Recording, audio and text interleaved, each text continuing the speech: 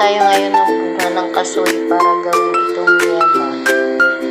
Panoorin nyo yung video hanggang dulo para malaman nyo kung paano ito ginawa.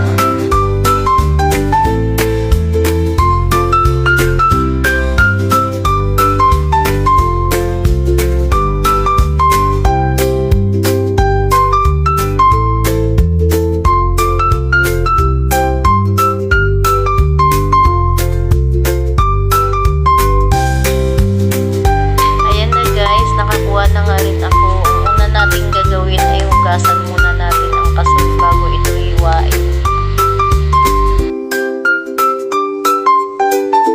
Medyo madilim nga lang ang video guys kasi gabi ko na rin ito ginawa ang video tsaka inedit ko na lang, lalo na 6 o'clock lang ako may time habang nagluluto, nagbi-video na rin ako.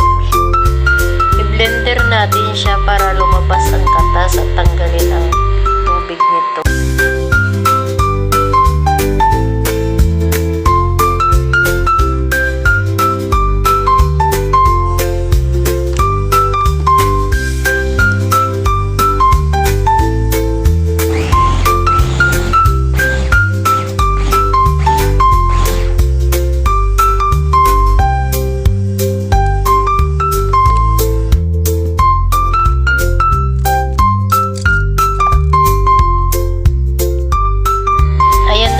Pagkatapos natin i-blender, kumuha tayo ng salaan para maisala at matanggal ang tubig nito. Yung tubig lamang ang ating gagamitin para gawing yema at itapon ang pinagpigaan nito.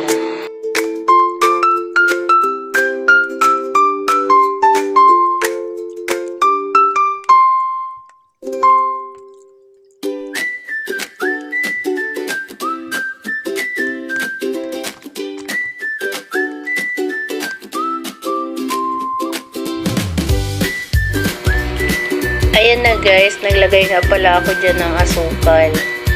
Tapos lalagyan ko rin yan ng gatas. I-mix natin ng i-mix lang. Wala po akong biniling gatas na condensed dapat, pero powder lang po yung andyan. Kaya na lang po pwede nilagay.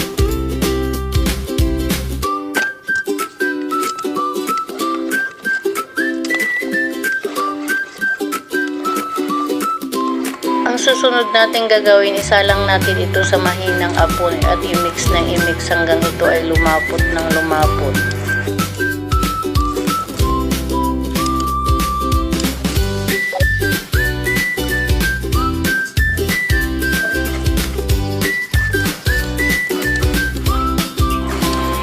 Ayan nga guys, medyo malapot na siya. Nag-add nga pala ako dyan ng kaunting gatas pa para mas creamy siya, mas masarap. Hindi ko na naipakita sa video. Ayan nga, nilagay ko na sa hulmahan para maging yema. Dapat tuyong-tuyo sana yan guys. Kaso nga lang, pwede naman siya ganyan lang at paituyuin na lang.